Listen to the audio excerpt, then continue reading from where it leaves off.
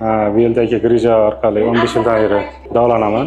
Sanatoriyaga bordim, boshqasiga bordim. Hozir Instagramda Rasul akani ko'rib keldim. Xudo xolasa operatsiyadan keyin rezultatini ko'rsatamiz.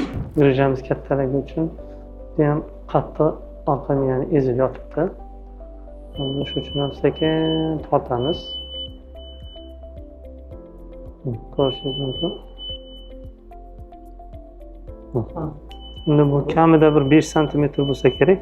Endi narigi tomoni ham hali siqilgan holatda bo'lgani uchun salgina u yog'ini ham dekompressiya qilib yuboramiz. Bularda chiqqan grija katta o'zi ko'rinib turibdi. Mana masalan bir barmoqchalik keladigan kattalikdagi ham uzunligini ham ko'rasiz, barmoqdan uzunroq. Ya'ni 7-8 sm kattalikdagi grija.